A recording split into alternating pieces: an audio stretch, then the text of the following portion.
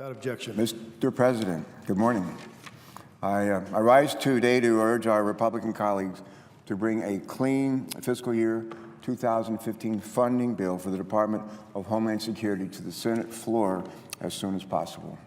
Earlier this month, the world watched in horror as terrorists massacred journalists and other innocent civilians in and around Paris. In December, we were stunned as computers at a major corporation here, Sony Entertainment, were attacked by North Korea. And over the past year, as recently as last week, in fact, we've witnessed brutal executions at the hands of the Islamic State of Iraq and the Levant. These events illustrate all too well that the threats faced today by America and by our allies are real. As a former chairman and now ranking member of the Homeland Security and Governmental Affairs Committee, I know this to be the case. Nearly 12 years ago, in the wake of the terrorist attacks of 9/11, Congress created the Department of Homeland Security. We call it DHS, to help secure and help ensure that our nation is protected against these continuing and evolving threats. Given the origins of the department, the work the men and women there do every day to keep us safe, and the grave nature of the threats our country faces, it is shocking to me and disappointing to me that here we are today having this debate. We're not discussing ways we can make the department and its employees more effective. We're not discovering how we can enable them to work better. Senator Coburn and those with whom we served in the last Congress did that throughout the year. Senator Johnson and I did that just yesterday during our first hearing in the Committee on Homeland Security this year. Unbelievably, as we focused on cybersecurity attacks. Unbelievably, we're debating whether or not to give this key national security agency funding for the remainder of the fiscal year. In order for that department to efficiently and effectively carry out their critical role, it needs adequate and reliable funding, and they need it now. Another short-term budget, or even worse, a shutdown, would be bad for the department and bad for employee morale, really bad. Most importantly, though, more importantly, it would pose a grave threat to our security. Instead of sending us a straightforward, clean funding bill for the department, the House has unfortunately sent us a bill that includes a number of amendments aimed at undermining the president's immigration policies. Many of our colleagues on both sides have significant concerns with these amendments, and the president has indicated that he would veto the funding bill if the amendments stay attached to it. Thus, these amendments jeopardize passage of the bill, and they threaten to prolong the crippling budget uncertainty the Department of Homeland Security has operated under. The Department of Homeland Security already has a lot to say grace over. We do them no favor by playing games with their budget. Now, I understand why some of our colleagues are upset about the president's immigration policies, and we can have a debate, should have a debate, about those concerns. But first, we should be doing what we have been asked to do by giving the Department of Homeland Security the resources that it needs to keep Americans safe in an ever more dangerous world. Two of our colleagues, Senator Jeanne Shaheen and Barbara Mikulski, have introduced a clean appropriations bill that mirrors the funding provisions of the House bill. Overall, the funding provisions in their bill, S-272, which I understand both Democrats and Republicans on the Appropriations Committee agreed to last December, in fact, provides $39.6 billion in discretionary funding for the Department of Homeland Security. Now, that's an increase of $400 million above last year's funding, but this measure is more than just a funding bill. To my colleagues who want to do what we can right now to protect our country from the kind of attacks we've been seeing around the world of late, I say support a clean DHS funding bill.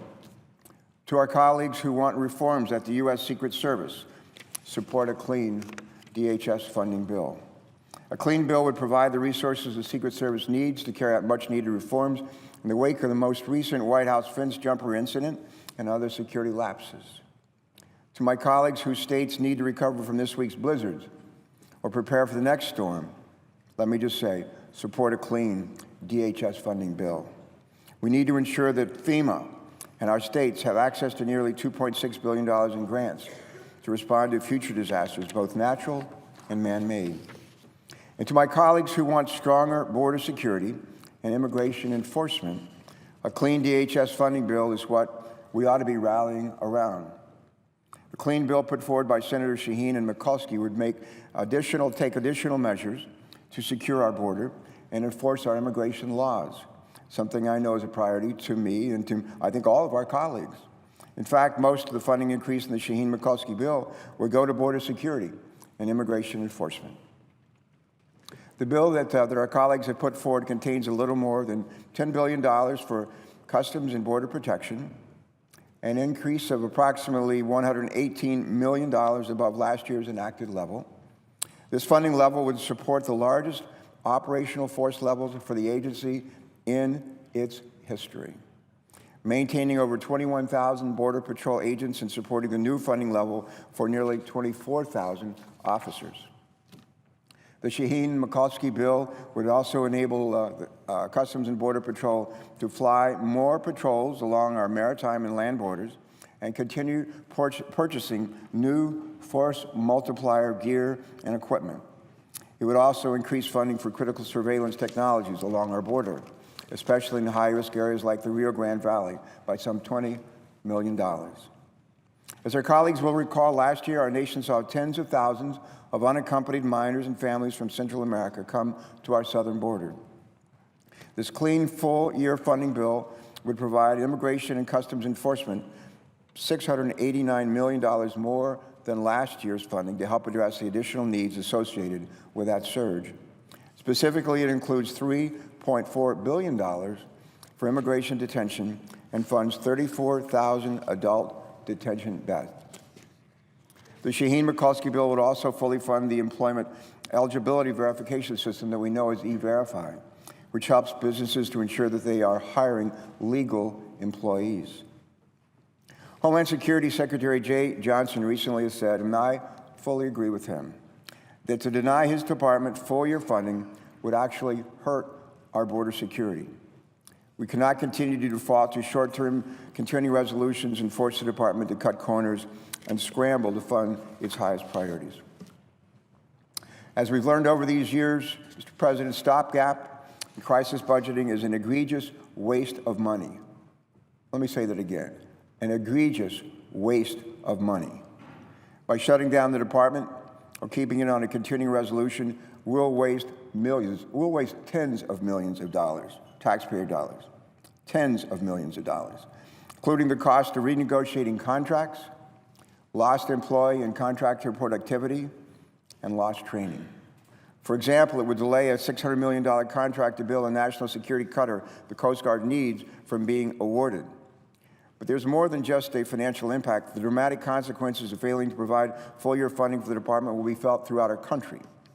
While most of the department's workforce would continue to perform essential functions in the event of a shutdown, the bulk of its management and administrative support activities would cease, and frontline personnel would not receive the support that they need. It would be like trying to fight a war without planners, without logistics, and without supplies. It would be like us here in the Senate, working without our staffs. We might be able to find a way to get our work done, but we wouldn't be as effective. And those who are required to come to work if a shutdown does occur would not be paid at DHS until Congress restores funding. Think of that.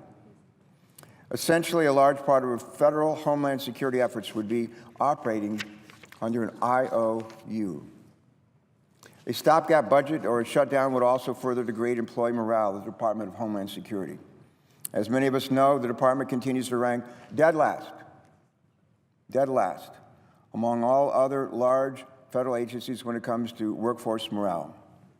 And while Secretary Johnson, Deputy Secretary Mayorkas, and their team are taking important steps to make the agency a better place to work, and we are helping them, the department still lacks a strong sense of cohesion and a sense of team. But Congress, too, has a responsibility in this effort. In providing this large and complex agency with the funding it needs would be a terrific next step. If our colleagues, and I expect the Department of Homeland Security and other federal agencies to show outcomes, improved outcomes, we cannot continue to play games with their budgets and expect them to not feel the negative consequences. No business owner or manager could be expected to be effective and efficient under these conditions. The leadership of the Department of Homeland Security is no exception.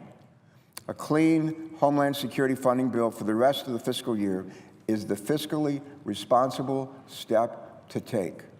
If we deny them that funding, we're not punishing the president. In a sense, we're punishing a number of the employees, but most of all, we're punishing taxpayers because we're wasting their money and we're diminishing and reducing the kind of security that they need in this country today. Let me just say it, don't take my word for this. Our good friend, Tom Ridge, the first Secretary of Homeland Security and a former Republican governor with whom I served, said, and these are his words, Tom Ridge, I would be very, very disappointed if I were Secretary and the Democrats did this to me. It's pretty difficult to plan long-term when you don't know exactly how much you're going to have available and what strings might be attached to it. Give them the funding that they need. And I would just say to our Republican colleagues, give them the funding that they need. For these reasons, I urge our colleagues in the Senate to join me in doing the right thing, in supporting passage of a clean, full-year appropriations bill for the Department of Homeland Security and rejecting the amendments approved by the House. It would be irresponsible for us to continue kicking the can down the road when it comes to national security, and we certainly cannot afford to just let this vital agency's funding run out. I ask my colleagues to think about what we're trying to accomplish by failing to provide the Department of Homeland Security with the funds that they need to operate. American voters sent Congress a clear message on Election Day. Here's what they said. They want us to work together. They want us to get things done. They especially want us to enhance our economic recovery. Given recent events around the world, they also want us to do all we can to keep them and their families safe. We need to show Americans through our actions here in Washington that we have heard them. And with that, I yield the floor.